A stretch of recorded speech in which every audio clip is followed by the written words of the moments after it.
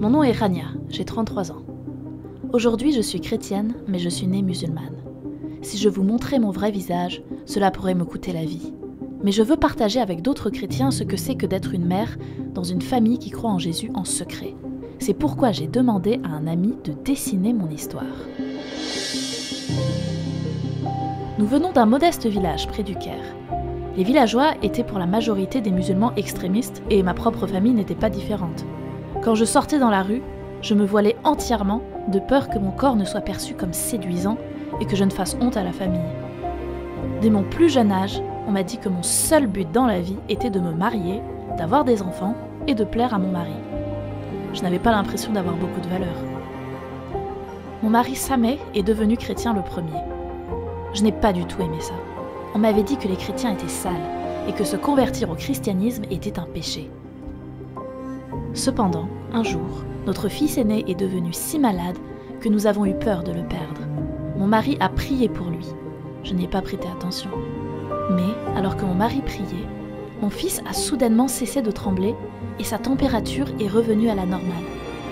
Il a ouvert les yeux et nous a dit « J'ai vu Jésus sur la croix qui me regardait. Il m'a appelé en disant « Enfant, lève-toi ». Je ne pouvais plus me tenir sur mes jambes.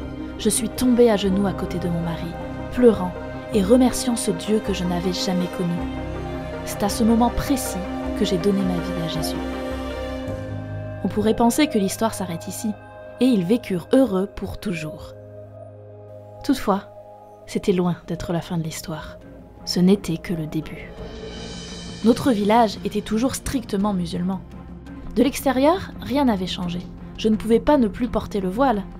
Se convertir au christianisme est considéré comme une terrible honte pour la famille. Quelque chose qui, selon les extrémistes, devrait être interdit. Si nous voulions continuer à vivre, nous devions devenir des chrétiens secrets. Notre famille a été notre première église. Sameh et moi étudions la Bible tous les deux. Nous parlons de Jésus à nos enfants et nous prions ensemble. Nous sommes en chemin.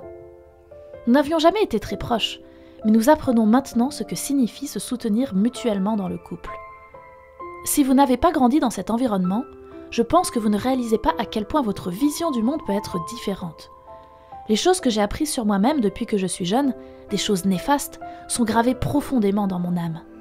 Tu n'as aucune valeur, tu dois te cacher. Il faut du temps pour se débarrasser complètement de ces mensonges. Les séminaires pour femmes proposés par le partenaire local de Portes Ouvertes, auquel j'ai été invitée, m'ont été très utiles pour ça. Les sœurs m'ont aidé à surmonter les traumatismes de mon passé. Et Dieu lui-même m'a dit que j'ai de la valeur, que je suis en fait sa fille bien-aimée. La partie la plus difficile de notre chemin a été de voir mes enfants souffrir. Ils sont élevés comme des chrétiens à l'intérieur de la maison, mais à l'extérieur, ils doivent vivre comme des musulmans, tout comme nous.